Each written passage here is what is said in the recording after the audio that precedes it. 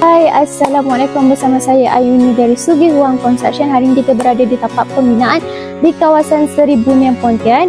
Okey, untuk tapak pembinaan yang berada di belakang Ayu ni berkeluasan 1256 square feet, mempunyai 4 bilik tidur dan juga 3 bilik air. Okey, alhamdulillah untuk progres sekarang kita dah start melapis dinding dan juga untuk bahagian atap kita dah siap untuk pemasangan bumbung.